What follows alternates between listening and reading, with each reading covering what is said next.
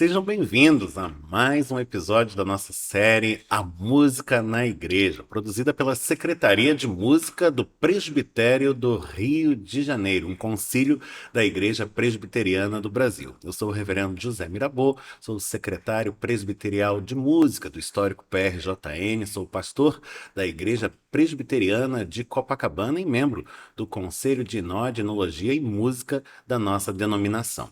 E a nossa série já vai para o seu quinto episódio hoje, trazendo uma convidada muito especial que nós vamos apresentar daqui a pouquinho. Mas eu já quero convidar você que chegou agora a fazer a sua inscrição no nosso canal. É bem rapidinho, basta um clique e assim você garante que não perde nenhuma das nossas postagens, porque tem muita coisa boa rolando por aqui e muita coisa boa vindo aí pela frente também.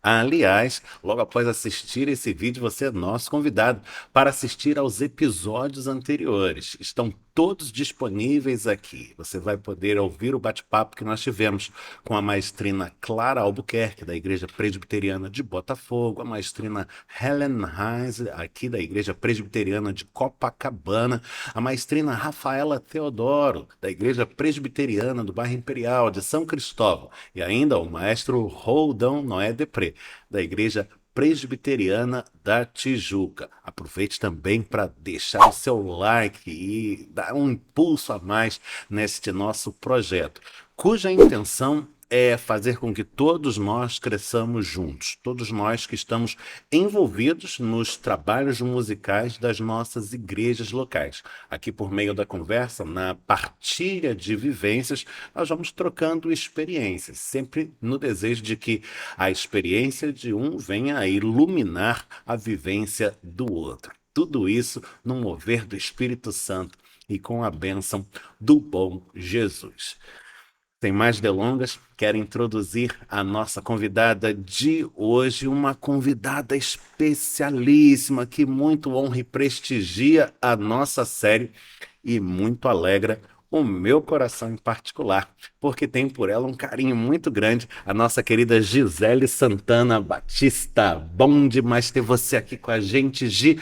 Eu tenho o privilégio de ser amigo da Gisele há mais de 20 anos. Aliás, Babá. antes de começarmos o nosso bate-papo, a gente estava aqui informalmente trocando uma figurinha e falávamos disso, de como o tempo, por vezes, parece passar depressa. E agora, fazendo esse registro, Gisele, me lembrei disso. São mais de 20 anos de caminhada juntos. E isso, para mim, é um motivo especial de gratidão a Deus. Na minha trajetória musical e eclesial, acho que na maior parte dela, ou em tudo que eu pude fazer de relevante, a Gisele estava presente, estava envolvida, e eu sei que esse elemento foi sempre um diferencial na minha vida e eu louvo a Deus por isso, viu, Gi? Aliás, não sei se você já viu a canequinha que está aí na sua frente, Gi, olha Linda. aí, marca Adorei. registrada da nossa série A Música na Igreja, as nossas canequinhas exclusivas. Essa daí é para você guardar, já é o seu presente, e essa daqui fica para o nosso acervo. Ficou linda, gostou? Obrigada, adorei. Muito linda. Legal, Gi. Então, Gi, vamos começar com você trazendo uma palavra aí de carinho, de saudação, de boas-vindas para o nosso público, o público que está assistindo, e depois a gente começa com os nossos bate-papos e as nossas perguntas. Eu tô adorando. É muito legal, assim, o podcast. As pessoas também que já passaram por ele, né? É muito interessante todas as histórias e tal, as vivências. É muito legal poder compartilhar, né, a nossa história um pouco. Com certeza, e a gente está super curioso para ouvir um pouco da sua. E como a gente costuma fazer, Gi, acho que podemos começar do começo. Afinal, toda história tem um início.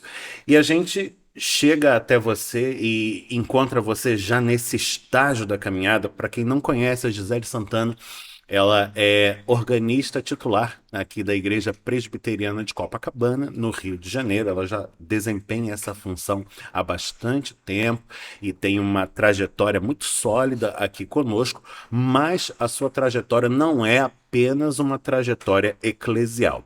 Ela é uma trajetória que passa também por outros ambientes. Ela tem uma formação acadêmica muito consistente. A Gisele é graduada em música pela Universidade Federal do Rio de Janeiro, com duas graduações, uma graduação em piano e outra graduação em órgão. Ela tem dois mestrados, não é? Um aqui no Brasil, Unesp. na Unesp, e outro obtido na Alemanha. Ela estudou em Isso. Frankfurt, Stuttgart. em Stuttgart, na Alemanha, e também trabalha na esfera da docência, passando aí não apenas pelo âmbito das aulas particulares, que são sempre abundantes, mas também pela Escola de Música Villa-Lobos e pela própria Escola de Música da UFRJ, da qual Já foi fui. egressa e onde também retornou a atuar como professora. É muita coisa, Gi, mas quando a gente olha para isso tudo, fica desejoso de saber como tudo começou. Conta pra gente como é que foi. Eu comecei a estudar piano com 6 anos e meio, mais ou menos. E muito. Era um desejo seu? Ou Era, era uma coisa que os pais foi queriam e aquela coisa idealizaram? de eu estar sempre no ambiente musical da igreja, né? Meus pais cantam no coro desde que eu nasci. Eles contam muito isso também, de que eles iam para os ensaios e levavam os colchonetes. E assim, eu com 2, 3 meses já frequentava os ensaios do coral E esse coro era de que da igreja? presbiteriana, na primeira igreja presbiteriana de Nilópolis. Olha aí. Foi a igreja que eu nasci, cresci. Então, sempre estive nesse ambiente musical e ficava muito olhando, né, as pessoas tocando e tal. Meu pai perguntou se eu queria fazer aulas de piano e eu quis, Mas com ele seis mesmo anos e não meio. tinha formação Não, musical. E na sua família você tinha ninguém, tios, avós, ninguém. Quer dizer, você ninguém. abriu Isso essa foi a trilha, primeira, essa senda. Que a primeira. bacana! E com muito brio. Normalmente a gente espera que por detrás de um talento tão destacado você tenha uma história familiar, né, que ofereça aí as bases, mas era mais o desejo do papai e da É, mamãe de ver isso acontecer. sim. E aí fui, né, na curiosidade de aprender, fui Isso gostando. acontece na própria igreja, digo, essas aulas, Não, esses foi uma estudos. aula. Eu lembro que eu sou de Nilópolis, né? Então, presbiteriana de Nilópolis. E era uma senhora que dava aula particular. Minha mãe levava, meu irmão também fazia, e nos levava lá. E com 6 meses de aula, ela virou para minha mãe e falou: Olha, eu já ensinei tudo que eu podia.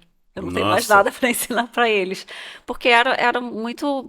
Né, ela também não introdutório. tinha, né, uma bagagem.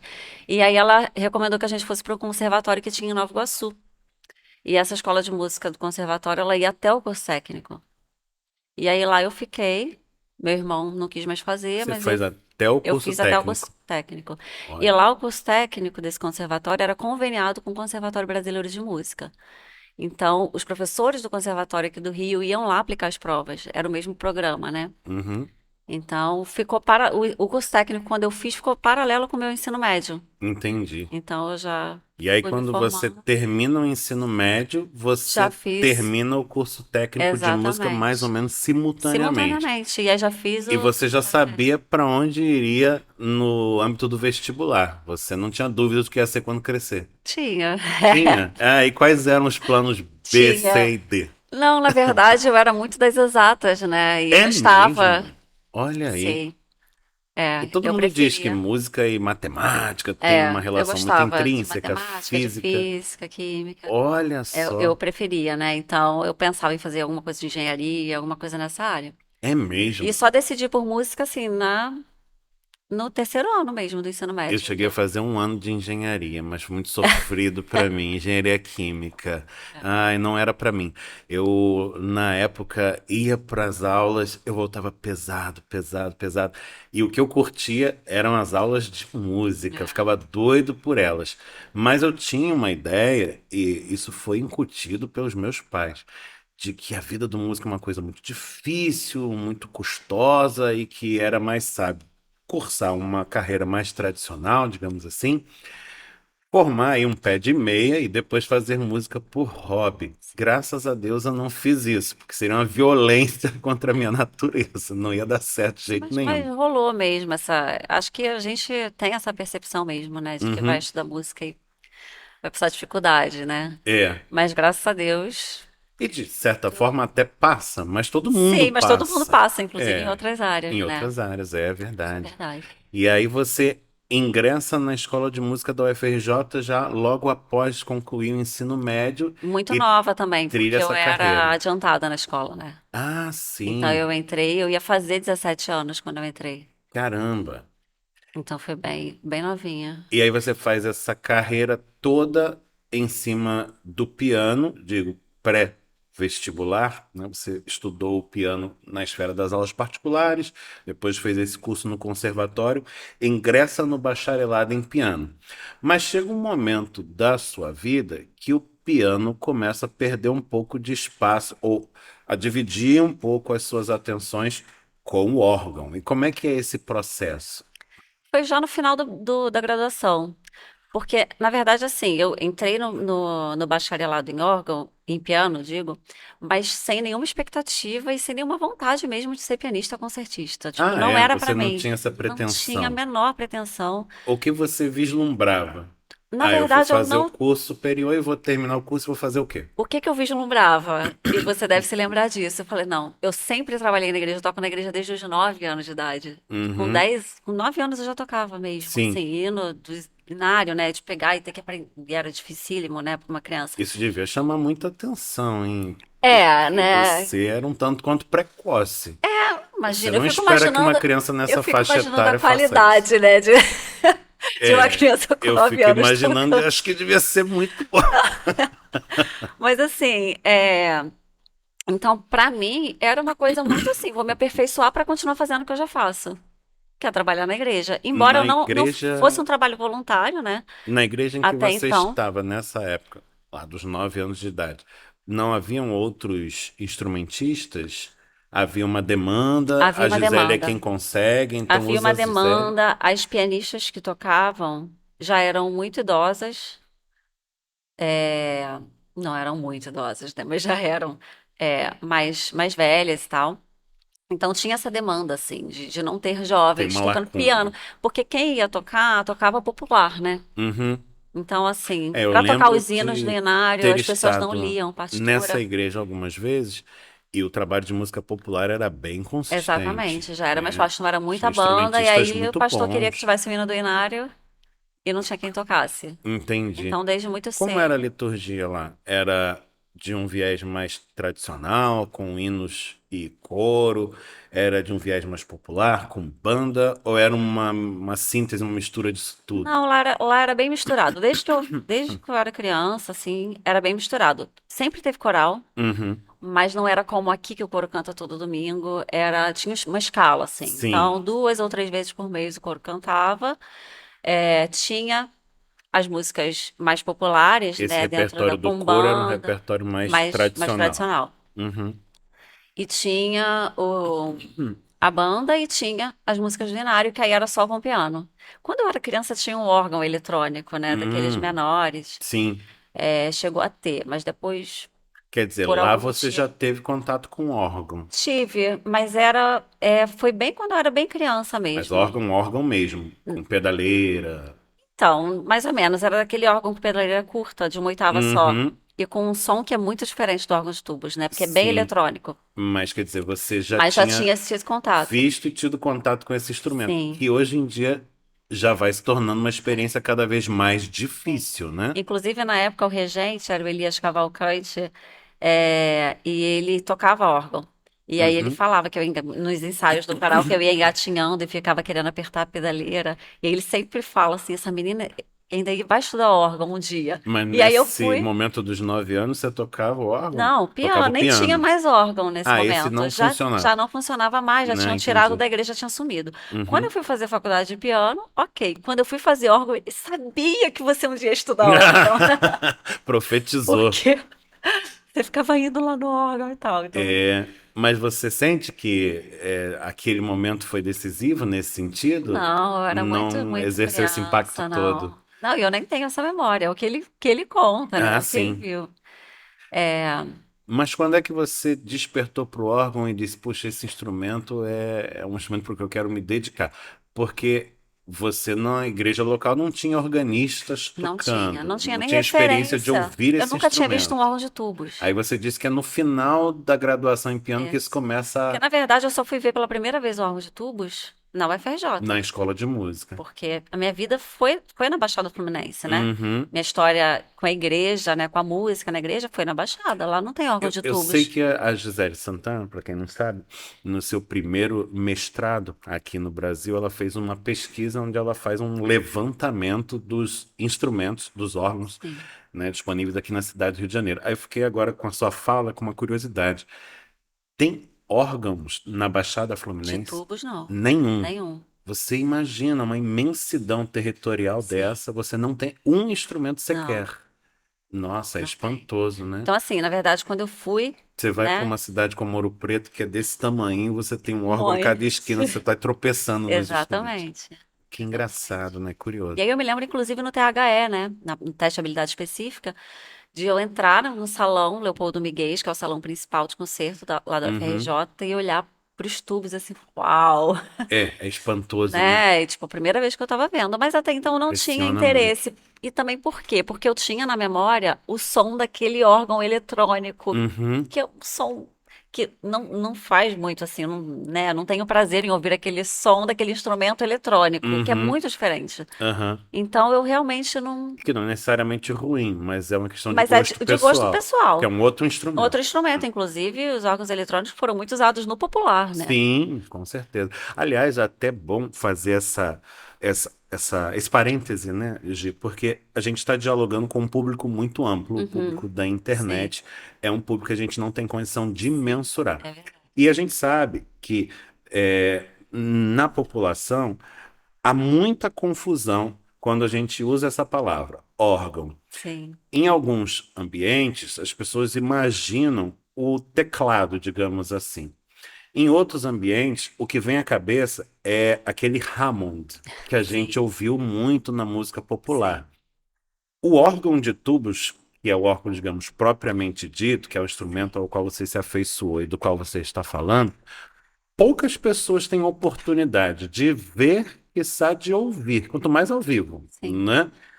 O que distingue esse instrumento dos anteriores, destes que eu mencionei? Por que que não é a mesma coisa? Fala como se estivesse falando para uma pessoa que nunca ouviu ou ouviu, não é? O que é um órgão de tubos? Que instrumento é esse que você toca? Não, então, o órgão de tubos ele é um instrumento de sopro, na verdade, né? Porque os tubos são acionados por ar, passagem de ar, né? Então, tem foles. Então, imagina um acordeon, Quer dizer, ele é um que é com instrumento de fole. sopro, mas não é exatamente o instrumento que você Você assopra. sopra. Não é Não, isto. Ele é um eram instrumento de foles, teclas exatamente. ligado a tubos. Exatamente, pelos Uhum, quais o ar passa. Então, antigamente os órgãos eram totalmente mecânicos. Então, eram grandes foles, imagina um fole de acordeão, uhum, uma sanfona, uhum. gigantes assim, que eram acionados por pessoas manualmente para jogar esse ar para os tubos. Quer dizer, ajuda a gente a visualizar esse negócio. Tinha um instrumentista pressionando as teclas como você faz num piano. O som só sai, Mas fica um outro sujeito atrás do instrumento só para mexer com o sim, fole. isso antigamente, né? E isso não é necessariamente sincronizado, digo, o movimento das Não, teclas com o movimento do não, fole. não. O fole tem que ficar jogando ar Uhum. e aí conforme você aciona, vai sair o ar. Mas, Qual o nome dessa função, você não sabe? sei, foleiro, não sei. Poleiro, é? Curioso, hein? Vou Sei. procurar. Mas assim, além disso, enfim, se o fole não tá jogando ar, não vai sair som. Entendi. Tem a questão dos Ainda registros. existem instrumentos assim? Tem notícia disso? Que funcionam dessa forma? Tem Inteiramente manual? inteiramente manual? Acredito que não. Antigamente eram os escravos que faziam essa função, né? Olha, Por exemplo, em igrejas brasileiras, né? Antigas, por entendi. exemplo, a igreja da Lapa ali, que Nossa, tem ali em frente à Sala Cília Meirelles, você vê ainda a alavanca que mexia os foles. Mas é nossa, acionado por motor hoje em dia, né? entendi. Com o advento da eletricidade. Mas a gente consegue acessar o objeto, né? Ver Sim, como é que consegue. Como era. é que Que era? interessante. Né? Às vezes era com o pé, às vezes era com a mão. Dependia do Bacana. instrumento. Nossa. Além da questão do ar, Tem a questão dos registros, né? Porque cada tubo, dependendo do material do tubo, da forma do tubo, se ele é redondo, se ele é quadrado, o Uhum, tamanho do tubo, isso tudo altera a sonoridade, né? uhum, Então, como um instrumento de sopro mesmo, né? Então, você tem uma flauta, que é uma flauta transversa que é desse tamanho, você tem um pícolo, que é pequenininho, vai ser uhum, mais agudo. uhum, Ou se for uma flauta de madeira, vai ter um timbre. Se for uma flauta de metal, vai ter um som um uhum. pouco mais, né, diferente. Tem essa coisa? Órgão de madeira, órgão de metal? Tubo Não, de os madeira, tubo de tubos, metal? tubo de madeira, tubo de metal. E aí, cada tubo vai ter um som diferente. E então, você precisa acionar os botõezinhos, que a gente chama de registro. Uhum, Qual o som que você quer, né? Qual o uhum. timbre que você quer. E aí você aciona, e aí sim você vai tocar, Quer e aí vai dizer, ter som. se eu pegar um teclado sem fazer propaganda, mas só para exemplificar. O modelo da Yamaha PSR E403, só porque é um popular. Você pegar dois instrumentos que sejam desse mesmo modelo, desta mesma série, eles serão absolutamente idênticos. Mas eu Sim. não tenho dois órgãos idênticos, pelo que eu estou imaginando aqui. Você É, está falando da construção do instrumento, cada um vai ser absolutamente a não único ser que seja do mesmo construtor e ele realmente tenha feito exatamente igual, para produzir o para mesmo som. produzir o mesmo, ter os Mas não é o mesmos que se tubos. espera, né? Não, não. Até porque o órgão geralmente ele era feito para a igreja, né? A igreja, vamos supor, o órgão é um instrumento Sim. sacro, né? Né? Uhum. Por assim dizer, geralmente dentro de igreja. Então, ele vai ver o Ele tamanho da nasce nesse igreja. ambiente? Você tem notícia disso? Não, não necessariamente. Tinha órgãos pequenos, né? E que Sabe uma eram coisa que usados em castelos e música. é uma coisa que me ocorreu uma vez? Perto de onde a gente mora, tem um parquinho, desses mini parquinhos de diversões, onde tem um carrossel. E a Manuela, quando era pequena, minha filha mais velha, ela adorava aquele carrossel. Aí eu levava ela pro carrossel e quando ele começa a girar, começa a tocar música de órgão. O som é som de órgão. Fiquei imaginando se isso algum dia aconteceu, de você É, ter órgãos funcionando nessa esfera popular e profana mesmo. eu acredito que sim. Porque você Eu começa a acredito que ouvir sim. aquele som, Mas faz eram todo órgãos sentido. menores, né? E Imagino. portáteis. Sim. Então, muito provavelmente com. Existem órgãos pequenininhos mesmo, que é um manual só, e a própria pessoa toca com uma mão só e aciona o O fole fole com a com a outra outra. mão. Caramba, interessante, Então, esse interessante. tipo de órgãos menores, ou até que você carregava, porque as próprias igrejas tinham as Uhum, procissões. uhum, Então, muitas vezes era levado o instrumento, né? entendi. É verdade, imagina. E Nossa, eram imagina órgãos, você transportar um órgão órgãos numa procissão. portáteis, mas eram Uau. pequenos, né? Mas Um ainda assim, móvelzinho, né? mas É ainda um assim são móvel tubos. e de madeira, né? Sim, Imagina. Muito interessante. A gente vê que hoje em dia é mais fácil encontrar nas nossas igrejas, especialmente nas igrejas evangélicas, né? Quando temos um órgão eletrônico. sim, O órgão de tubos, como você disse, é um instrumento muito mais sofisticado, passa, inclusive, no seu processo de construção, pela própria concepção arquitetônica do sim, espaço, né, do design do interior.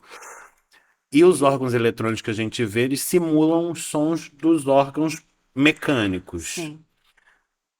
Mas tem um órgão eletrônico que antecede a esses, o O Hammond, Hammond. né? Ou pelo menos me parece que cronologicamente ele chegou Sim, antes. E ele não tem o mesmo timbre, ele não, não tenta simular estes tubos. sim. Que timbres são esses? De onde veio Na isso? verdade, foi uma O que se tentativa, busca né? ali? Foi uma tentativa. E isso foi naquela crise lá dos Estados Porque Unidos, ele desde a soa década de eletrônico 30. mesmo. Ele soou eletrônico mesmo. É. Mas o que que aconteceu? As igrejas não tinham dinheiro, né? Foi no meio da crise econômica. As igrejas não tinham dinheiro para construir órgãos de tubos. E aí foi se buscando, né? E o advento da eletrônica também, Uhum. foi se buscando alguma coisa que Sabe o que se me parecesse. lembra? Posso estar completamente enganado, aí o pessoal depois bota lá os comentários. Mas lembra o timbre daquelas músicas dos primeiros videogames, do Atari? Lembra? Sim, Porque era um som sim. muito Sim, eletrônico muito mesmo, eletrônico. digital, É, robótico, sei lá, nem sim, sei como é classificar. bem eletrônico. E era valvulado, né? Era por válvula, então tem Uhum. um som também que às vezes oscila, tem como se fosse Isso uns ainda é trêmulos. feito? Digo, ainda se fabricam instrumentos desse tipo? eu consigo Eu, comprar um Hammond feito agora, em 2023? Ou você você sabe só que eu não tem sei. instrumentos Mas preservados daquela eu época? acho que não se fabrica mais. Eu acho que é só instrumentos antigos. O que se Entendi. tem hoje em dia são. Aí já é um outro tipo de eletrônica, né? Também, que veio depois, que são esses com com uma oitava só de pedaleira. O Uhum, timbre ainda você sente muito eletrônico, uhum, ainda. uhum. E até nos registros, né, desses órgãos eletrônicos, é muito interessante. Outro dia eu fui tocar numa igreja, era uma igreja católica, e era o órgão com dois manuais, aí eles botam os manuais partidos, assim, né? O da mão esquerda um pouco mais pra cá, o manual de cima, então você não, dificilmente você consegue tocar com as duas mãos no mesmo teclado, né, no Uhum, mesmo manual. uhum, Para mim, que já fui estudar direto no órgão de tubos, eu acho super estranho uhum, essa coisa de ter que ficar obrigatoriamente com as mãos uma em cima e outra uhum. embaixo. E aí tinha a pedaleira com uma oitava só, um teclado de uma oitava, e um pedal como se fosse de piano. Aí eu falei, ué, um pedal de É. sustain assim? E aí tinha, um dos registros era piano. Você conseguia ter som como se fosse um teclado, era um teclado, um eletrônico, né? Uhum.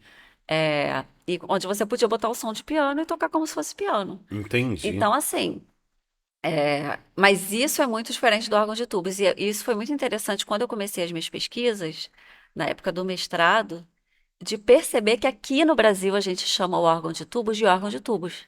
Ah, sim. E os Ele outros tem de nome e órgão. sobrenome. Exata, nome e Ah, é sobrenome. verdade. Quando, na verdade, o órgão de tubos é o órgão.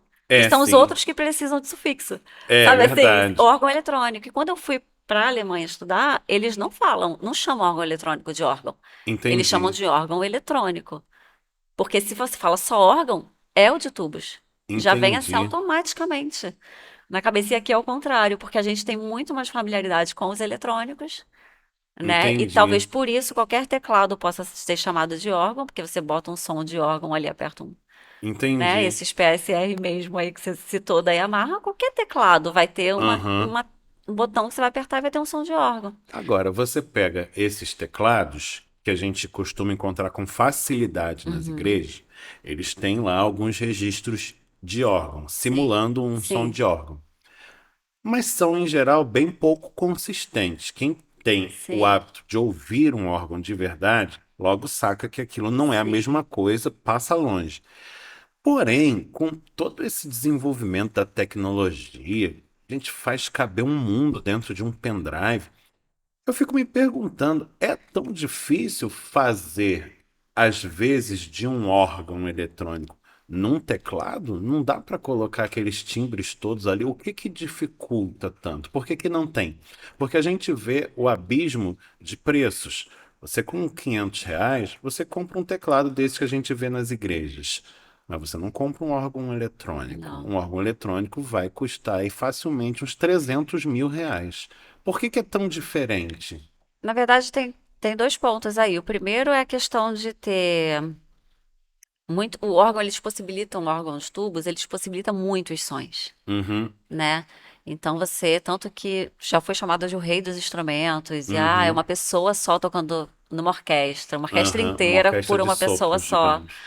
É porque você consegue ter muitos sons. E você colocar essa variedade toda de sons em um botão ou outro, e fica muito assim, é uma coisa fixa, né? Você Uhum, aperta ali, vamos supor, um teclado pequeno, ele vai ter dois timbres de órgão. uhum. Um que é mais suave e um que é Mais cheio. mais cheio, mais brilhante, Uhum, né? O som. Só tem esses dois. uhum, E no órgão você pode fazer milhares de outras possibilidades, entendeu? Então seria muitas possibilidades e talvez não do interesse, porque quando do interesse de quem está comprando um teclado, uhum, né? Porque quando você vai fazer, por exemplo, um repertório mesmo de órgão, você vai ter ali N possibilidades e N demandas também do repertório uhum. que um teclado não vai te atender. Nem um órgão eletrônico desses com uma pedaleira de uma oitava só e manuais, né, quebrados, assim. Não sei nem se é assim que Uhum. fala. Imagino. E a segundo ponto é que o órgão ele veio, né, do Hammond e tal, e ele evoluiu para um órgão eletrônico, mas você consegue comprar órgãos, esses eletrônicos com pedaleira de uma oitava só, ou às vezes até uma pedaleira mais completa, mas que não vai ter o timbre do som de órgão de tubos mais barato.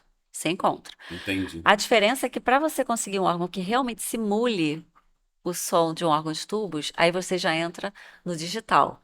Hum, Porque realmente é ampliado. O cara vai lá no órgão de tubos, ele grava aquele som, ele transforma aquilo nossa, num som digitalizado, vai botar lá dentro do HD do órgão, entendeu? E você realmente vai ter um som de um órgão de tubos, entendi, entendeu? E aí esses sim são bem mais caros. E você consegue colocar um número de registros também, simulando mesmo o órgão de tubos, entendi. entendeu? Então, aí esses É um instrumento bem mais bem sofisticado mais mesmo, com sofisticado. muito mais recursos. É. Entendi.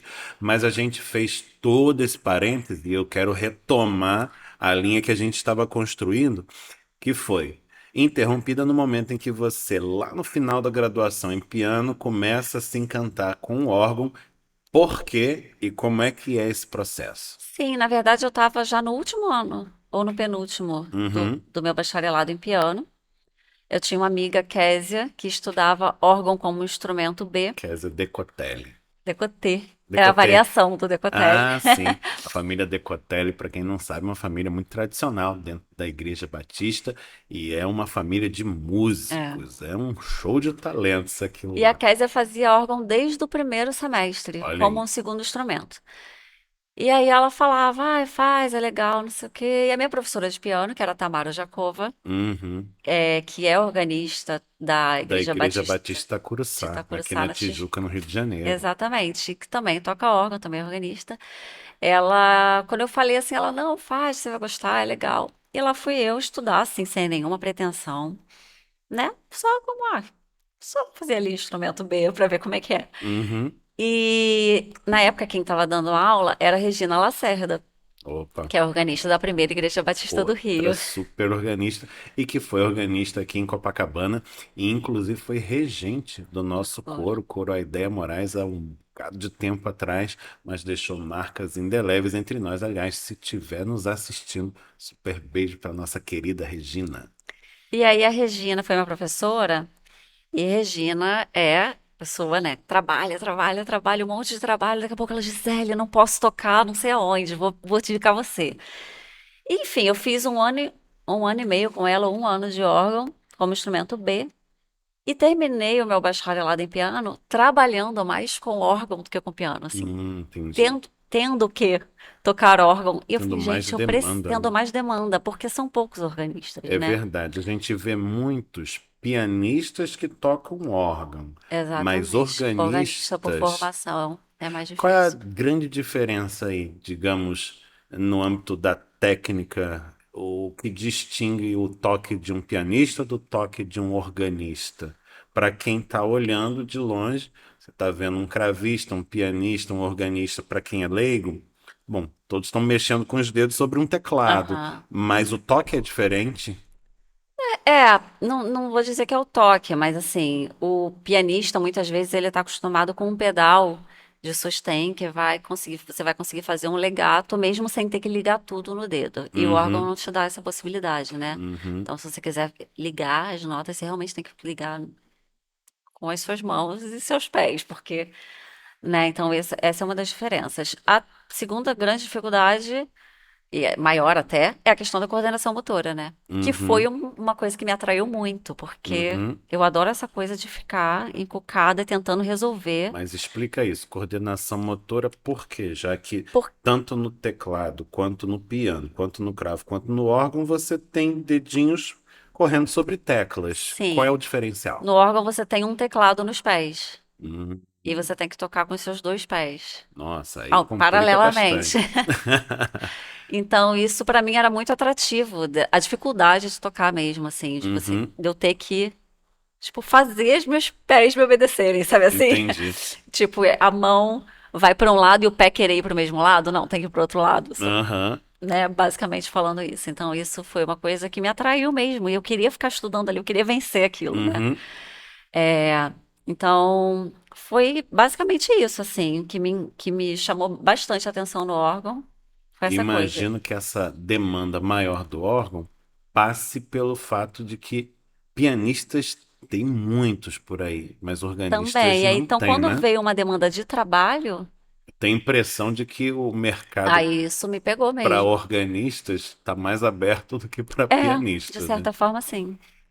E aí foi isso. Aí eu terminei o bacharelado tocando para coros e tendo que fazer repertório de órgão mesmo. Uhum, Eu falei, bom, deixa eu aprender direito. uhum, Tocar esse instrumento, porque com um ano, né?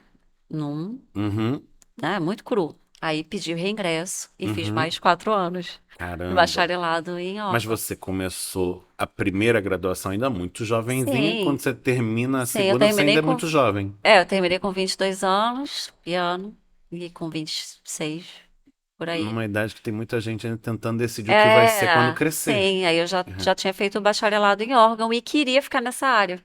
Porque aí eu uhum, já estava tocando aqui, né? uhum, Enfim, já estava realmente trabalhando como organista, mesmo tendo os outros trabalhos tocando piano também, né? Até hoje, uhum. continuo sendo Quer pianista. dizer, a sua caminhada aponta sempre uma certa precocidade, né? Você começa a tocar na igreja local muito cedo, tendo Sim. iniciado os estudos também muito cedo. Você termina os seus estudos no colégio muito cedo, ingressa na faculdade cedo, junta duas graduações cedo a beça também. Bem interessante isso, né? Quer dizer, você ainda é muito jovem, não é uma Somos. mocinha mais, já é uma mulher, mas é uma mulher ainda bastante jovem. E você já trilhou uma caminhada e tanto, né? A Gisele, para quem não sabe, ela tem essa trajetória acadêmica, ela tem essa trajetória eclesial e ela tem uma trajetória de sala de concerto. Aliás, é até uma trajetória curiosa já que você passa pelo ambiente da música sacra, erudita e vai até o ambiente da música popular e profana. Zé já ladeou no palco até com o João Bosco, que É é um verdade. gigante da MPB. Como é que é isso, de transitar entre esses universos? O que te move a ter esse leque de interesses amplo? Eu acho que a curiosidade mesmo, de Uhum. querer fazer de tudo um pouquinho, assim, né? E, por exemplo, quando eu toquei mais música É popular, que pelo foi, desafio, como foi com o órgão? geralmente Opa, como é que eu sim. vou coordenar os pés? Geralmente sim. Porque, por exemplo, É sair da zona de conforto? é, eu acredito que sim. No popular, eu não tenho, né, uma. Ah, uau, toco piano popular. Não. Toquei e bastante tempo nessa coisa do popular com o piano orquestra, que também foi no âmbito do desafio. Porque, Uhum, para quem não sabe, o piano orquestra é um grupo que são 5 pessoas tocando num único piano, uhum, e a gente toca dentro do piano, né, explorando outras sonoridades. No caso, o piano orquestra, né? Eu já uhum, tenho alguns anos que eu não estou mais no grupo, mas na época que eu estava desde a formação, a ideia era explorar outras sonoridades do piano que não somente o das teclas. Então, a gente tinha, tocava com baquetas nas cordas, a gente manipulava as cordas. E aquilo tudo era muito novo, a gente estava criando aquilo tudo, então tinha a questão do desafio também, da coordenação motora, porque como você estava era muito novo não só para vocês, para todo, era novo para para todo todo mundo, mundo. porque ninguém tinha visto aquele negócio Exatamente. E a ainda. coisa do desafio, porque às Apesar vezes, de que vocês não tiraram isso do nada. não, não. Vocês Piano tiraram preparado já, inspiração de outras sim, experiências. piano preparado é uma coisa que vem, Uhum, né, na música erudita contemporânea, mas de muitos anos atrás, onde você colocava, né, elementos ali nas cordas, objetos e tal, para alterar o timbre. uhum, E a gente, na verdade, estava pegando isso e trazendo para a música popular. uhum. É, então, o piano orquestra, a dificuldade não era você Por que fazer um essa piano opção pela preparado. música popular dentro do piano orquestra? Vocês fizeram uma opção deliberada. Vocês nunca passaram por um repertório, digamos, mais Não, erudito. não, era popular. Porque, na verdade, assim, na época, eu era aluna do Cláudio Dalsberg em Uhum. piano popular. Ele era um Ah, professor sim. substituto de piano popular. Uhum, É, e fazer piano preparado e piano estendido dentro da música erudita já era feito. uhum, Já tinha um monte de composição, já tinha pessoas fazendo. Na música popular, não, uhum, né? Então, era realmente uma novidade. uhum, E a dificuldade do piano orquestra não era simplesmente de você explorar e descobrir novos sons, mas você tá tocando com outras pessoas e dividir o espaço com outras Sim. pessoas, e muitas vezes você tá apertando o pedal para outra pessoa tocar, não para você. E Hum. sabe assim, eu tenho que botar esse objeto aqui, mas não sou eu que vou tocar. Então eu tenho que lembrar que eu tenho que colocar ali para outra pessoa tocar. É interessante que Tinha você está todo um. falando de fazer música com outras pessoas. Eu estou aqui pensando, eles estão usando um só instrumento e fazendo música de câmera. Mas é mais do que isso. É articular o mesmo instrumento juntos, Junto. às vezes para produzir um som, É, tendo duas pessoas. sim, É sim. muito É, difícil às isso. vezes você apertar um negócio aqui, é como se fosse, imagina, um instrumento de cordas, né? Que Uhum. você vai apertar e É, a um outra pessoa um pressiona violão, um e o outro pressiona e o outro toca. toca. Então você tem que É apertar certo para o outro tocar, ou você tem, né? dificílimo, né? É mais ou menos isso. Então, minha experiência com o popular foi mais junto ao piano Que orquestra, passa não apenas pelo aspecto musical, técnico, mas performático também, né? performático. Tem coisas que vocês faziam ali, eu tive a oportunidade de assistir algumas vezes, que, no bom sentido, tá? Eram quase circenses. Como Sim, é que ela tá fazendo isso? É um malabarismo. É impressionante, sim. né? E isso fazia parte do Sim, espetáculo, sim. né? É, E também tira você da zona de conforto, porque eu conheço, Gisele total. já não é de hoje. E eu sei que ela tende a ser uma pessoa mais discreta, mais contida. Uhum. Ali no palco vocês se Sim, transformavam. não, mas teve toda uma preparação cênica É ali. mesmo? Teve, tinha que ter. Nos Com o primeiros auxílio de um profissional conselhos dessa área? profissional dessa área. Olha, interessante. Primeiro foi uma pessoa do teatro, aí a gente viu que não deu muito certo, depois a gente chamou uma pessoa da dança, uma bailarina, Hum, que também era da música, que também era cantora, então. Acho que ela entendia trabalha bem até hoje com o grupo. entendi esses dois lados, né? Sim. Porque no início a gente via os DVDs e a gente agradecia. Sim, que é uma coisa tímida, assim, Aham. né? E fala, cara, não dá, tem que ter um espetáculo, tem que ser. É, a gente recentemente teve um espetáculo musical aqui e o coro que se apresentou era um coro oficina. Uhum. Então, os cantores, os coralistas, eram também estudantes de regência. E o maestro dava a oportunidade aos alunos para regerem algumas peças. E aí o coro estava super amadurecido, cantando bonito, os alunos regendo. Quando terminava a música, o público aplaudia, né, entusiasticamente. Mas você via que eles não conseguiam receber o aplauso, daí eles se É, escondiam o rosto, exatamente. saíam dizendo o mais rápido possível. Exatamente. Até isso faz parte do aprendizado, né? Faz. Você Faz saber mesmo. lidar com isso. E acho que essa atitude, quando ela é desenvolvida da forma correta, ajuda o público a assimilar melhor aquele Sim. conteúdo. A gente fica com receio por não querer se sentir vaidoso ou qualquer coisa do tipo, mas eu acho que isso influencia na experiência musical. Influencia sim. Passa por aí também, Sim. né? Mas esse projeto do piano orquestra foi um projeto muito singular. Eu até tenho dificuldade, a gente estar falando de música popular, de classificar isso como música popular, porque não é exatamente popular. Acho que popular é o que está mais próximo do povo comum, Uhum. digamos, do que as pessoas comuns conseguiriam realizar. E ali vocês estavam num nível de técnica e de performance muito Sim. elevado, muito Não, mas diferenciado. é mais no sentido de que a gente. A ideia, e até hoje, né, o grupo faz isso, que é trabalhar com ritmos brasileiros, né? Uhum. Então, popular nesse sentido, de Ah, trazer o sim. samba para o piano, o frevo, o forró, o Uhum. choro, Funk. né? Funk. É, eu me lembro. Foi É, Canela o tema que vocês trabalharam com ritmo foi o de Cravo e funk, Canela né? que a gente fez com ritmo de funk. É muito bacana, muito bonito, muito legal. Então, quer dizer, você chegando nesse ponto da sua trajetória, final da graduação em piano, você se encanta pelo órgão, você descobre ali uma possibilidade de desafios, você envereda por esse instrumento e ele acaba ocupando um espaço substancial na sua vida. Não sei se maior do que o espaço do piano, mas por certo concorrente. E esse instrumento você vai administrar essencialmente na esfera eclesial. Não tem órgão Sim. fora das igrejas, ou tem? Olha, aqui no Rio de Janeiro, eu acho que, pelo que eu me lembro, não. Em São Paulo, não. Eita, tô meio esquecida disso, da minha pesquisa que já faz muito tempo. Uhum. É, mas assim, se tiver. só o da escola de música aqui no Rio de É Janeiro. uma presença É só o da mais. escola de música, porque na escola de música tem dois órgãos de tubos, né? Não sei se você se lembra, mas lá no Sim, Henrique hoje, no hoje tem Henrique outro, hoje, outro tem um uma outro. sala É. menor, tem um outro, tem um órgão pequeno. Eram os únicos dois aqui no Rio. Uhum. Então a gente tem em instituições. O Sim. que é muito diferente de lá de fora, né? Onde Eventualmente você. você tem um órgão trabalhando com orquestra.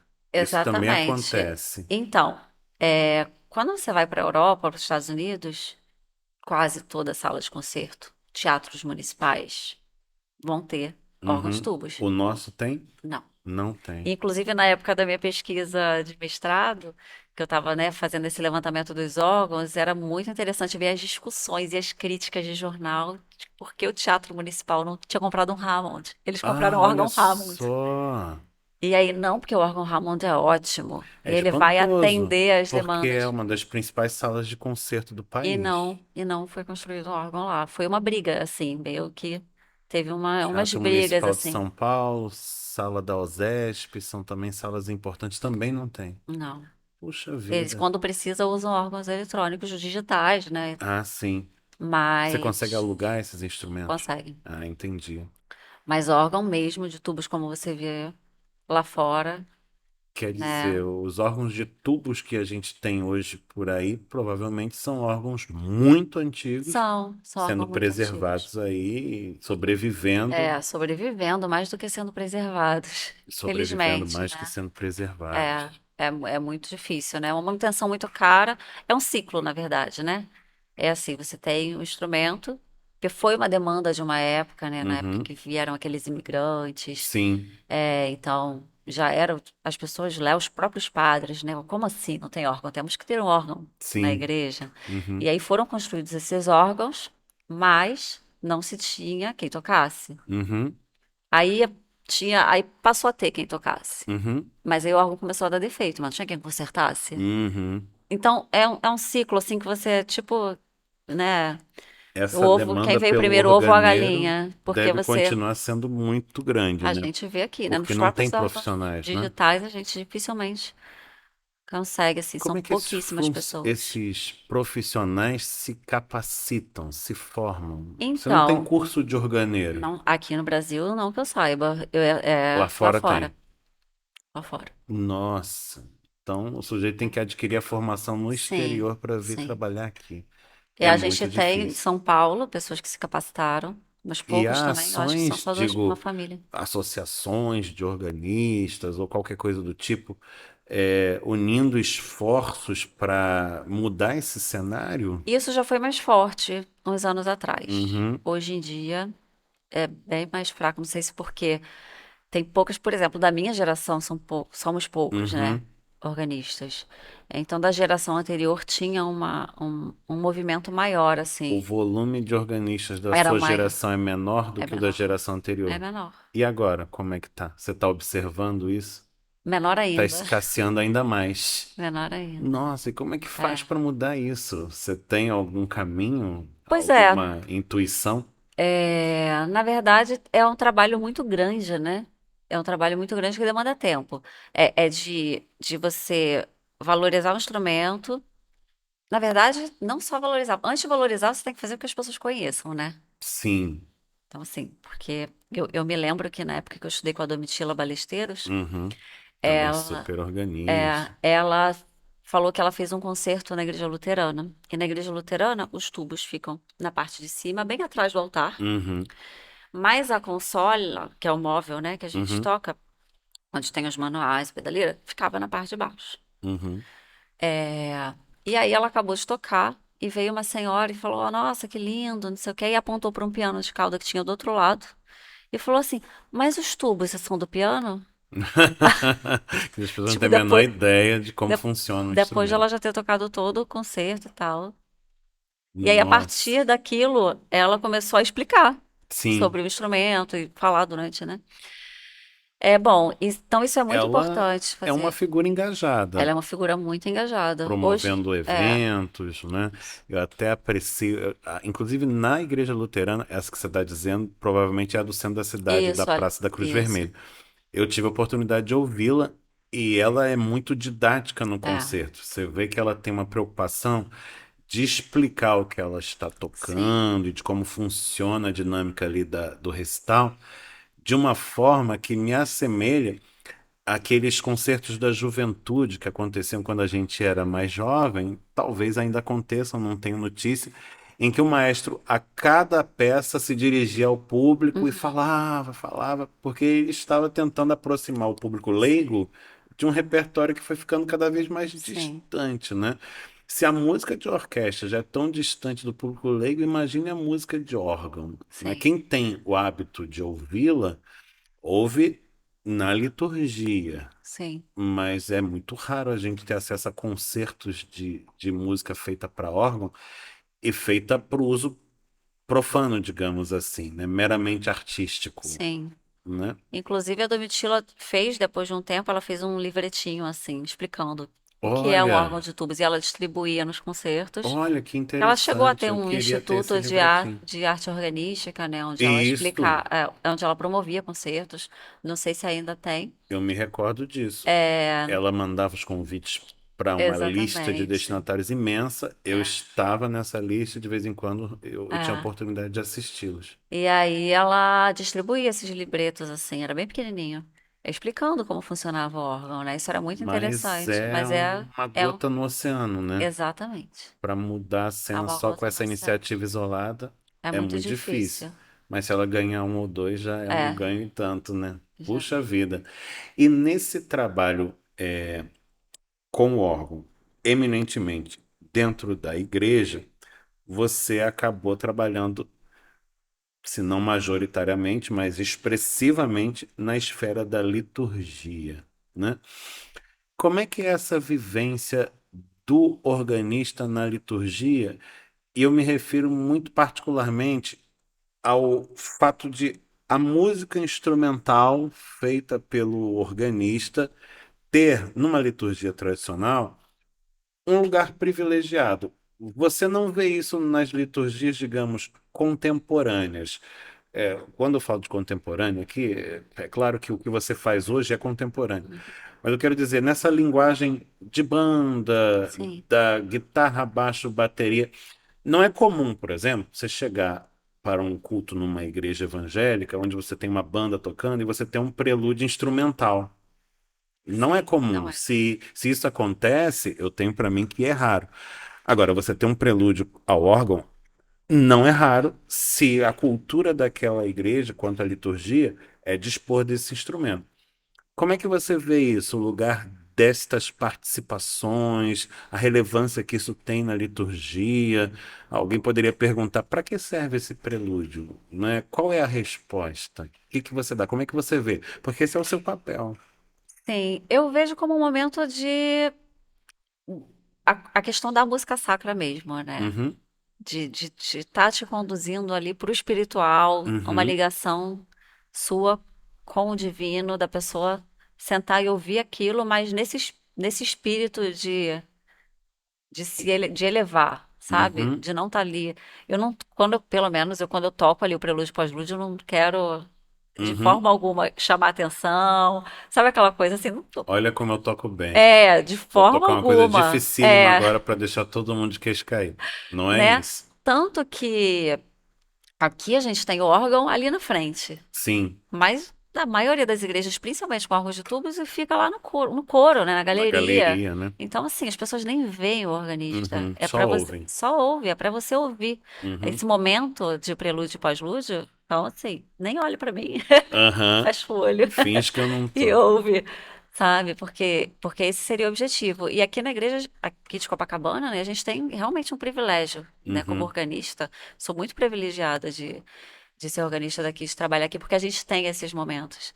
E eu uhum, posso tocar esse tipo de música, e eu posso é, ver dentro da liturgia que momento litúrgico estamos, né? uhum, Estamos na Semana Santa, estamos no Advento, estamos uhum. na Quaresma, e trazer músicas A que sua escolha de reflitam, repertório passa por aí. passa Você por se aí. preocupa com Me esses preocupo. aspectos, né? Sim. A temática que Por está quê? vigindo. Porque a igreja, né, se preocupa Uhum, com essa liturgia. Se fosse um outro tipo de liturgia, talvez eu não tivesse esse tipo de preocupação, mas Ficaria sem aqui, sentido, ficaria né? sem sentido. Uhum. Mas aqui a gente preserva, né, esse tipo de liturgia e valoriza esse tipo de liturgia, então, obviamente, Uhum. eu vou estar ali em conjunto também valorizando. É, você falou que é um privilégio para você tocar numa igreja que tem essa preocupação e essa liturgia, mas tem por certo que para essa igreja é um privilégio ter você tocando e fazendo todo esse trabalho com tanta qualidade.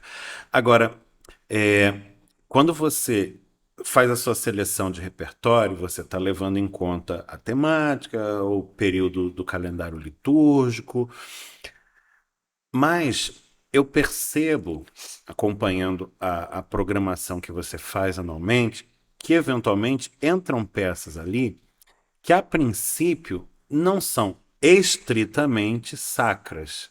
Digo, o sujeito escreve Ah, aquilo sim. para a igreja. Estou tratando isso como uma peça sacra. O sujeito escreveu aquilo para funcionar como um prelúdio, Uhum. digamos assim. Mas ele não pensou no ambiente eclesial. Ele pensou num prelúdio stricto sensu. E aí você traz aquilo para a liturgia e aquilo vai ter um uso sacro, ainda que sacro não fosse na Sim, sua a criação. gênese. Como é que você vê isso de uma maneira tranquila e como é que você articula? Que você vê isso de forma tranquila, eu percebo, porque tá lá, tá Aham. acontecendo. Mas como é que isso funciona na sua cabeça? Quer dizer, a sacralidade, ela não é inerente à obra, mas ela vem do uso que se faz dela. Como é que é Na minha isso? opinião, sim. Na minha opinião, aonde eu vou colocar essa peça, né? Uhum, Então, eu penso desse jeito, né? Vai ter gente que vai pensar diferente, mas eu penso que, assim, tô uhum, colocando ali uma música que uhum, naquele momento vai ter essa função sacra. É uhum, claro que existem músicas que foram feitas para outros objetivos que eu jamais colocaria ali, uhum, né? Porque não vai ter nada a ver, uhum, porque já remete, principalmente se for uma música conhecida. Sei lá, vou uhum. pegar uma música popular, né? Que toca. Que eventualmente acontece. A gente tem aqui na Zona Sul do Rio de Janeiro uma igreja, por exemplo, em que usualmente na celebração da Ceia do Senhor, eles se servem de uma canção popular chamada Cio da Terra. Uhum, É uma canção que o público conhece.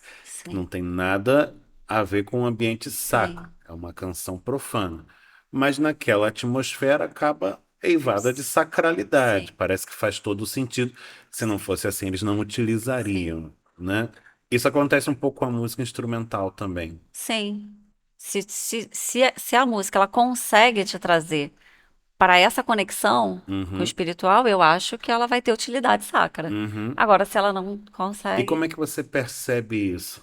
É pela eu sonoridade, acho que é pelo estilo. pelo estilo, pelo objetivo. Por exemplo, na quaresma aqui, né? Então, é todo esse momento, esse período de reflexão, né, mais introspectivo. Eu evito colocar músicas muito festivas Uhum. dentro do meu repertório, independente de elas serem sacras ou não. Quer dizer, recentemente você colocou na liturgia uma peça que chamava Canção da Vitória. O Uhum. compositor, se eu não me engano, é James Denton. Ela não apareceria no período da Não, Quaresma.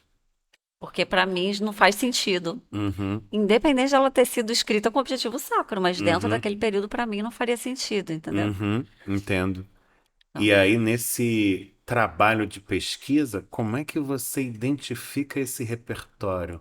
Esse repertório não é familiar ao grande público. Você trabalha ali com compositores como este que a gente acabou de citar, Fischer e tantos é, outros que o público em geral não conhece. Esses compositores você descobriu nesse processo de formação organística, nos seus estudos? muitos eu descobri nesse período de estudos, muitos eu tive o privilégio, né, de trabalhar quando cheguei aqui com o Eduardo Beato, que é um excelente organista, Super e que maestro, tem aquela uma professor biblioteca assim. da Escola de Música da UFRJ, Isso. presbítero, né, membro da Igreja Presbiteriana do Brasil, particularmente da Ah, Igreja Presbiteriana de Copacabana, e é um dos convidados que a gente já tem aí elencados para um próximo episódio. Aliás, se estiver nos assistindo, super abraço, maestro. A gente ama você de paixão. Estamos doidos para ver esse bate-papo com ele, que vai ser vai muito mesmo. fecundo. Quer dizer, o Eduardo já tinha aberto esse caminho, né, de Eduardo diálogo já, com esses já compositores. fazia isso, na verdade, Uhum, né? Porque quando eu entrei aqui, eu entrei para acompanhar o coro. sim. Eu era uma organista auxiliar. Uhum, Eduardo, que era o organista titular. uhum, Então eu bebi da fonte ali, uhum. sabe assim, e aprendi com ele, né? Vamos dizer assim, essa questão da liturgia, da escolha do repertório e tudo mais. Isso foi um presentão de Deus, né? Foi sim. Então, e conheci muito também, Uhum, muito repertório, muitos compositores, muito material também com uhum, ele, né? Vira e mexe. Eduardo, então tô com esse livro aqui, não vou uhum. mais usar, você não quer? E esse repertório, ele vai se tornando intercambiável em alguma medida? Digo, eu lá na sala de concerto vou ouvir a Gisele tocando esses compositores e os compositores da sala de concerto figuram na liturgia Alguns também? sim, alguns sim, É, né? sim. Então, essa sua vivência é, de sala de concerto, ela caminha muito entrelaçada com a sua vivência eclesial, não é? Sim. É Em que porque, medida uma coisa ilumina a outra? Ou para você acaba sendo tudo uma só e mesma coisa? Como é que é isso? Essa não. relação entre o ambiente da igreja e o ambiente externo, onde você também atua? Bom, se a gente for pensar em concerto de órgão, repertório, aí Uhum, vai ser peças muito mais elaboradas, que vão me demandar muito mais estudo, uhum, mais longas também, peças que não caberiam na liturgia por sim, serem extremamente longas, uhum, né? Mesmo que sejam peças sacras. uhum, Mas aí uma peça vai durar 8 minutos, gente. Não vou fazer um uhum, prelúdio de 8 minutos. sim. Perde É, perde o sabe, o propósito. propósito. Por que perde? Eu acho. Não vou te falar que perde o propósito, mas eu acho que hoje em dia a gente está numa sociedade muito Uhum. imediatista, né? Sim, é verdade. Então, assim, Todo mundo quer coisas eu rápidas, vou de tocar curta oito duração. minutos, a pessoa já vai estar olhando o celular. Depois de 2 minutos e meio, a pessoa já vai estar olhando o celular. Entendi. Então, vai perder o propósito, talvez não porque perderia se fosse em outra época, mas porque hoje em dia vai perder, obviamente. Entendi. Entendeu? Entendi. E você faz esse trabalho que é tão cuidadoso, que é tão elaborado, que coloca a música instrumental em evidência, sendo que em alguns lugares, em alguns ambientes litúrgicos, a gente vê cumprindo estas mesmas funções de música para a gente refletir, não para cantar junto, mas para ouvir, deixar mexer com o nosso coração, atrelada à música vocal. Não, o sujeito vai lá e faz um solo vocal, ou tem uma peça do coro, o órgão está até participando, mas como coadjuvante. Tem alguma vantagem na música estritamente instrumental? Digo, ela oferece alguma coisa que a música com o canto não pode oferecer? Bom, eu não tenho. Digo, para esse uso litúrgico, Eu acho que a o música. que que ela tem de especial em relação à música que tem um elemento vocal misturado? Eu acho que a música com elemento vocal misturado, automaticamente ela vai te conduzir para uma coisa ou outra, sabe? A letra ela vai te conduzir para um lugar. Ah, tem um fator texto. Tem o fator texto, que uma música de adoração ela vai te conduzir Uhum, para aquilo. Se for uma música, né? Enfim, uhum, falando de comunhão, ela vai te conduzir para uma outra coisa. Então tem a questão letra, entendi. que eu acho que é bastante. Mas isso você vê, inclusive, na música secular, né? Uhum, Tem a música instrumental sim. também. Uhum, Tem a música, é verdade. Quer dizer, o o texto, texto. ele torna aquilo tudo um pouco mais unívoco, né? Você tem um sentido que é determinado pela letra, Sim, mas na música instrumental você trabalha com uma carga polissêmica maior, quer dizer, tem uma multiplicidade de sentidos, de afetos que exatamente. podem E ser aí o evocados. afeto que vai trazer para você não necessariamente vai ser o afeto que vai trazer para o outro. É verdade, é uma riqueza muito É. especial, né? Muito interessante, não tinha pensado nisso. Muito bom. Gostei. Quer dizer, a gente fez uma trajetória bonita. Você começa muito jovenzinha, 6 anos de idade, estudando lá com a professora, e logo você está no conservatório e você está na graduação. Você passa por dois cursos muito rapidamente, piano, órgão, vem o mestrado. O que que te levou nessa direção? Você tem essa ambição de trilhar, digamos, a via acadêmica ir mais além? Muita gente se dá por satisfeito quando completa a graduação. Você fez um mestrado, fez outro na sequência, tem pretensão de ir além, um doutorado, um pós-doutorado. Você ainda é bastante jovem, tem todas as condições para fazer isso com êxito. É, Pensa nisso? às vezes penso, às vezes não. Às vezes penso, às vezes desisto. Aham. Mas assim, o mestrado eu fiz, era uma demanda mesmo minha de continuar estudando sobre Uhum. órgão, né? O órgão, o instrumento em si, e continuar estudando sobre. Apesar de que você, na primeira vez em que faz o mestrado aqui no Brasil, fica mais no âmbito da musicologia, digamos, Exatamente, não da performance. que é uma coisa que a gente tem aqui no mestrado no Brasil, que é uma coisa de você tem que escrever um trabalho, Uhum. né? Então você ficou muito realmente. E minha pesquisa foi histórica, né? Embora eu tenha Sim. feito lá na Unesp, eu tinha a possibilidade de fazer um mestrado em performance, Uhum. mas não necessariamente a minha pesquisa era sobre performance. Uhum. Então eu fiz uma pesquisa histórica, Uhum. mas tinha que fazer os concertos, Uhum. né? Do mestrado. Só que realmente era muito tempo pesquisando e escrevendo e pouquíssimo tempo tocando, Uhum. né? Para estudar, para fazer recital era só Deus sabe como, né? Mas você Então, conseguiu se apaixonar por isto? Digo, sim, até ali você fez uma graduação em piano, quer dizer, a sim. sua ênfase era a prática pianística. Em órgão, sua ênfase era prática organística. Aí depois você envereda por um mestrado e gasta, sei lá, 24 meses debruçada sobre um Sim, projeto escrito. mas eu gostei muito.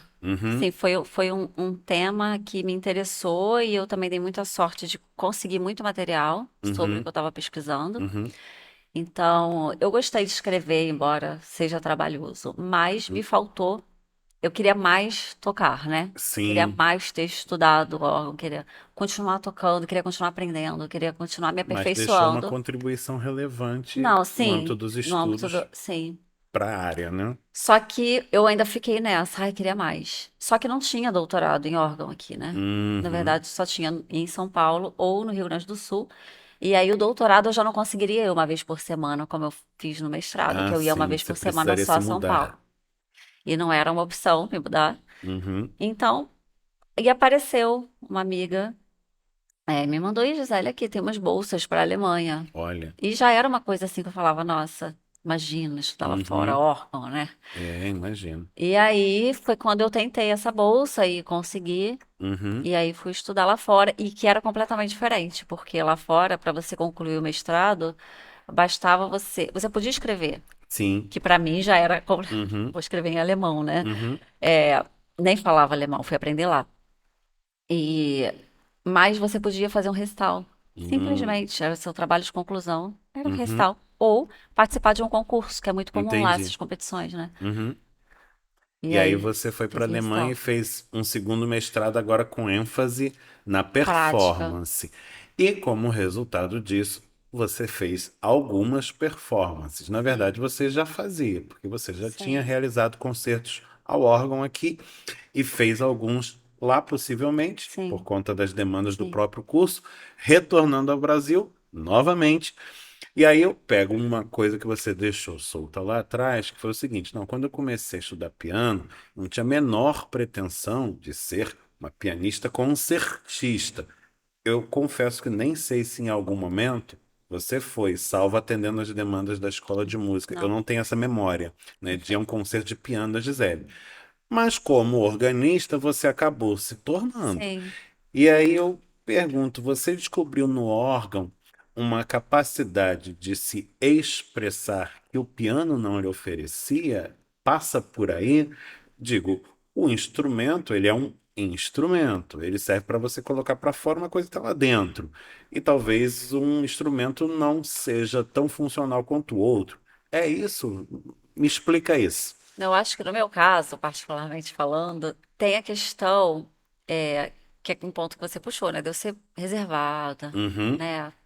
Prefiro ficar ali no meu canto, sem uhum, aplausos, sem. O órgão, de certa forma, ele me dá. alguns elementos que eu, de certa forma, me desvencilho um pouco de estou sendo assistida. Você Sabe se assim, aquela. expande Eu me mais. escondo mais. Não só pela grandeza do móvel, assim, que você É, o organista fica ali. desaparece ali, né? É Segundo, que eu verdade. toco de costas ou de lado, É sabe assim, verdade. você mal vê que tem público. Uhum.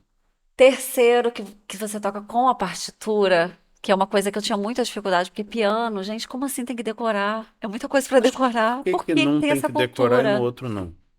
Tem essa cultura no Brasil, em muitos lugares também, né, de Uhum. pianista que toca de cor.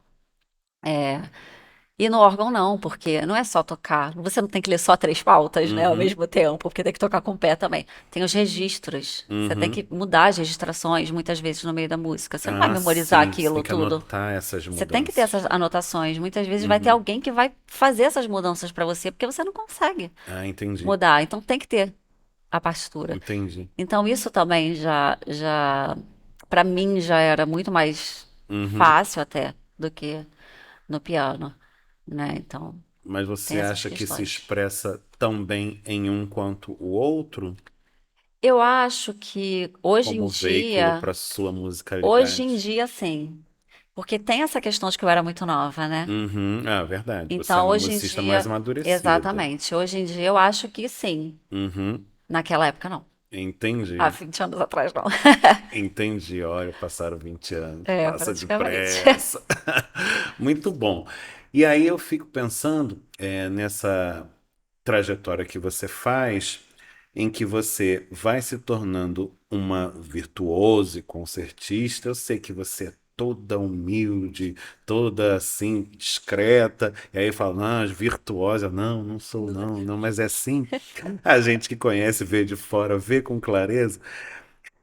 E, ao mesmo tempo, você não deixa de lado esse trabalho que faz desde menina, de instrumentista a acompanhador, e até mais do que isso, de correpetidor. Uma função que, imagino eu, os virtuosos não têm, em geral, muita facilidade, muita paciência até para desempenhar.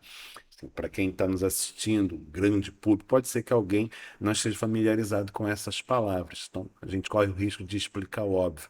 Mas estou falando daquele instrumentista que, no ensaio do coro, está ali como um assistente do regente. Ele precisa de uma certa nota para ajudar o coro a afinar, precisa que uma certa frase seja executada repetidas vezes para o coro memorizar, especialmente o coro amador, Sim, coro leigo que não lê partitura, que não solfeja e que depende dos referenciais sonoros para ir assimilando os conteúdos musicais. Então, essa função, que é basicamente mecânica, às vezes é desinteressante para um instrumentista já tão amadurecido. E você continua fazendo isso a sua vida inteira. Você, evidentemente, tem muito amor pelo que você faz. Sem esse amor todo, não seria possível fazê-lo. Mas você acha que isso também lhe ofereceu oportunidades de crescimento, de amadurecimento? Tem aprendizado nessa vivência? tem, principalmente com coro, muito, Uhum, assim. Eu vejo essa questão do amadurecimento musical mesmo, né? Como que eu amadureci tocando para bons regentes. É uhum, impressionante, assim, musicalmente, né? E porque eu não tive a oportunidade de cantar em coro com bons regentes, assim, regentes profissionais mesmo, Você né? tem essa vivência de cantar em coro? Eu Eu, lembro, por exemplo, na UFRJ, no curso da graduação, tive o privilégio de ser colega da Gisele, e uma das disciplinas era o canto é, coral, e gente, você estava lá, obrigatoriamente, né? obrigatoriamente, mas fora dali, Porque na verdade eu preferia tocar. sim, Porque eu comecei a tocar você para começou a tocar coro muito com 10 cedo. anos. Para coro especificamente com Uhum, 10 anos. Então, eu estava sempre tocando para coro. Só que eram coros amadores com regentes amadores, uhum, né? Então, eu só fui ter a experiência de tocar para coros com músicos profissionais aqui. uhum, E depois de começar essa minha vivência como organista, na verdade. uhum, E embora para tocar com coro, muitas vezes eu toco com piano, né? uhum, É, mas só comecei a ter essa experiência já no final do meu bacharelado em piano. uhum, E aí eu fui, assim, adquirindo muito conhecimento mesmo, assim, musicalmente, uhum, mais do que eu, né, teria adquirido, assim. E muito, eu vejo, por exemplo, lá na Vila Lobos, como professora, uma das coisas que eu acho muito interessante lá é pro curso de formação, né? Hoje em dia eu não dou mais pro curso das crianças, mas quando eu dava aula pro curso infantil, eles tinham que fazer coro obrigatoriamente. E era muito legal, eu consegui, na aula de piano, trazer para o aluno, eu falo, olha, pensa que você está cantando isso aqui, se fosse lá no coro, como é que você faria esse fraseado? E é impressionante como a criança consegue ligar, sabe, uma coisa com a outra, e ela passa a fazer aquele fraseado muito mais naturalmente do que se eu... Não, não é assim, se ela não cantasse em coro ia ser muito mais difícil, Entendo. entendeu? Então, assim, o coro realmente uma escola.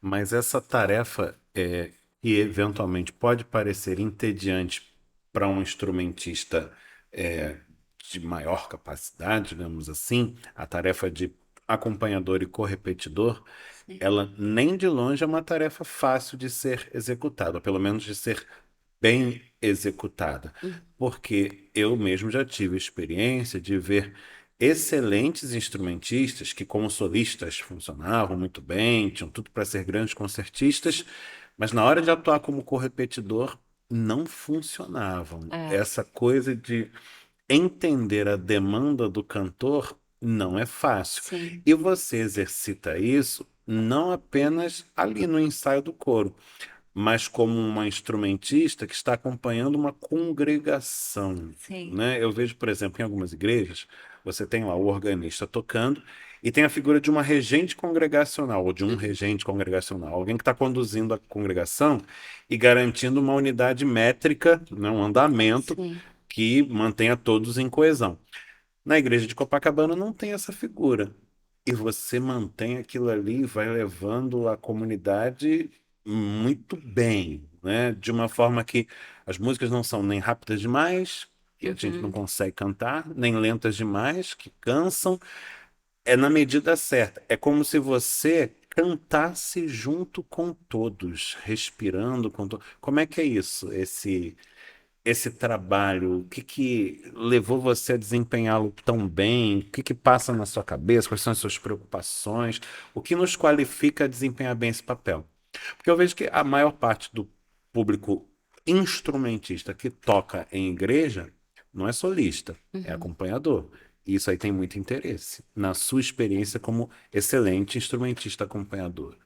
Na verdade, como congregação, assim, é conduzir mesmo, né? O objetivo é conduzir. Porque, então, ali eu tô até menos como acompanhante e mais como um regente, né? Uhum, Porque muitas vezes eu tenho que puxar o andamento, né? Porque a congregação, imagina, uma multidão cantando. é Então, vai verdade. puxar para trás o andamento, então eu tenho que, né? Então, ali eu tô mais, agora, no sentido de conduzir mesmo, de ditar o andamento, por Uhum, exemplo. Agora, quando é outros instrumentistas, né? Se eu for acompanhar, ou um coro que tenha um regente, ali realmente eu sou acompanhadora, eu vou uhum, no que me manda a fazer, uhum. né? E essa coisa de você, acho que é muito da experiência mesmo. Sim. Não tem muito que você ensine assim, Uhum, sabe? É muito da experiência de fazer. uhum. E você sentir, porque cada regente vai ser um regente, né? É Então, verdade. onde um vai tão fraseado, o outro não necessariamente vai fazer aquela respiração ali. Enfim, você ir na mão da pessoa. É, Entendi. mas é muita experiência. E para mim sempre foi prazeroso isso, nunca foi entediante. É É, a gente engraçado mesmo, percebe, porque mesmo. você faz isso há muitos anos, Ah, mantendo a qualidade do que você faz sempre muito alta, e não é possível fazer isso se você não tem uma boa dose de amor é. envolvida nesse processo, né? Mas tem uma pergunta que eu gostaria de fazer, que é a seguinte, Gi.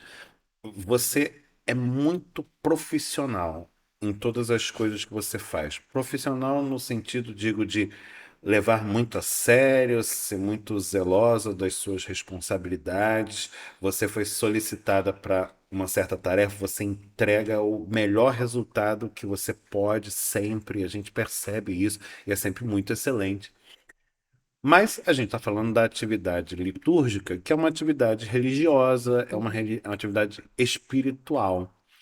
Você consegue atuar ali e administrar todos esses elementos técnicos que são da sua profissão e ainda assim ter naqueles momentos uma vivência espiritual, quer dizer, o culto para você ele funciona ainda assim como um momento de fé, de devoção. Sim, mas Como nem é sempre é isso? fácil, Aham, porque depende muito da demanda, né? Assim, aham, dependendo da demanda, ou da liturgia mesmo, se uhum, forem músicas que eu não vou estar habituada a tocar, o coro, tem uma música mais difícil, aquilo vai me requerer uma atenção profissional, assim, uhum. né, de Técnica. técnica, que eu vou estar mais concentrada naquilo. Agora, se for Uhum. uma coisa mais tranquila, eu Entendi. consigo, né, Entendi. Você ali se conecta participar, mais. me conectar mais. Entendi. E essa noção de que tudo isso é parte de um serviço religioso, ela interfere na sua vivência de todas estas coisas, ela determina as suas condutas, digo, a consciência de que você faz tudo aquilo para Deus. Isso interfere no modo como você faz todas essas coisas? É Sim, determinante? sim. Imagino que É sim. muito interessante, porque não é só o trabalho da igreja, né?